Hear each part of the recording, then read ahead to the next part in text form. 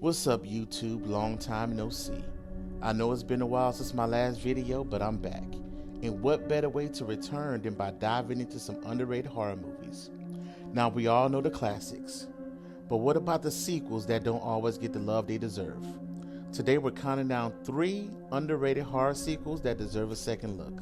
So grab your popcorn, turn off the lights, and let's get right into it. Coming in at number 3, we have Friday the 13th Part 5, A New Beginning. Now I know what you're thinking.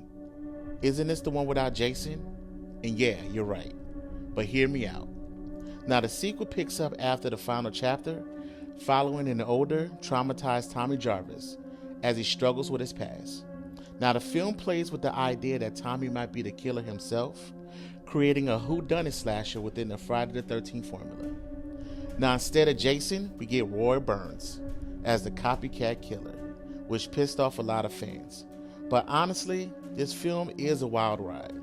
It's sleazy, it's weird, and it's full of over-the-top kills. It does take risks, and if you can get past the lack of Jason, it's an underrated entry that deserves another watch. At number 2, we got Scream 4, arguably the most overlooked entry in the Scream franchise. Released in 2011, it had the tough job of following Scream 3, which left a bad taste in some fans' mouths. But guess what? Scream 4 is so much better than people give it credit for. Directed once again by the legendary Wes Craven, Scream 4 takes a jab at modern horror and remake culture. It brings back Sidney, Gale, and Dewey while introducing a new generation of characters, including Emma Roberts as Jill, who delivers one of the best killer reveals in the franchise. This movie is brutal, with some of the best kills in the series, a sharper script than Scream 3, and a self-aware vibe that feels ahead of its time. If you wrote this one off when it came out, it's time for a rewatch. And coming in at number 1 is Halloween 4, The Return of Michael Myers. After Halloween 3 Season of the Witch did its own thing, fans were demanding Michael's return, and in 1988 they got it. This movie brings back the suspense and dread of the original while introducing Jamie Lloyd, Laurie Strode's young daughter, played by Danielle Harris. She gives an amazing performance, and honestly, she carries the film.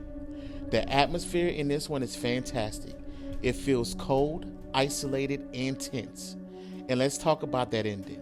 It's one of the most shocking in the franchise. When little Jamie puts on the clown mask and we get the call back to young Michael in 1978, it brings back chills. Now this movie doesn't get enough love, but it should. It's easily one of the best sequels in the Halloween series. So there you have it, people.